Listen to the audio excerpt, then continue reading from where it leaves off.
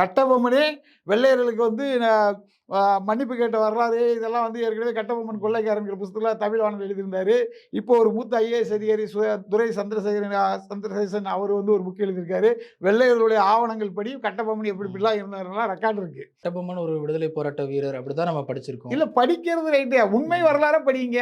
இல்ல பாட புத்தகத்திலேயே வந்திருக்கே. பாட புத்தகத்துல வந்தது எல்லாம் உண்மை அப்படின்றதெல்லாம் கிடையாது. இல்ல இப்ப கட்டபொம்மன் வந்து ஒரு சினிமா திரைப்படங்கள்ல இருந்து சிவாஜி கணேசன்ல இருந்து எல்லாருமே ஒரு மாபெரும் ஏங்க வீரனா அது வந்து கதைங்க.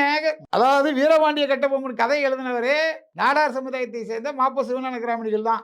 மூலக்கதை நீங்க கட்டபொம்மனுடைய அந்த புத்தகத்துல அந்த இது சினிமா இதுல பாருங்க. அதுல வந்து நன்றி மூலக்கதை மாப்போ சிவஞான கிராமணின்னு போட்டிருப்பாங்க. புரியுதா?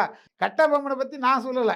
தந்தை பெரியார் என்று சொல்லப்படுகின்ற ஈவே ராமசாமி நாயக்கர் அவர்களிடம் கட்டபொம்மன் பெரிய சுதந்திர போராட்ட தியாகி தானே அப்படின்னு சொல்லி கேள்வி கேட்கும்போது அவர் சொன்ன பதில், உங்க ஊர் ஜம்புலிங்க நாடார் போன்று கட்டபொம்மனும் ஒரு கொள்ளைக்காரன் தான். அதாவது வடலிவிளை செம்புலிங்கம் போன்று கட்டபொம்மனும் ஒரு கொள்ளைக்காரன் தான் சொல்லி யார் சொல்லியிருக்கா? பகுத்தறிவு பகலவன் சொல்லக்கூடிய பெரியாரு இதை வரலாறு பதிவு பண்ணியிருக்காரு.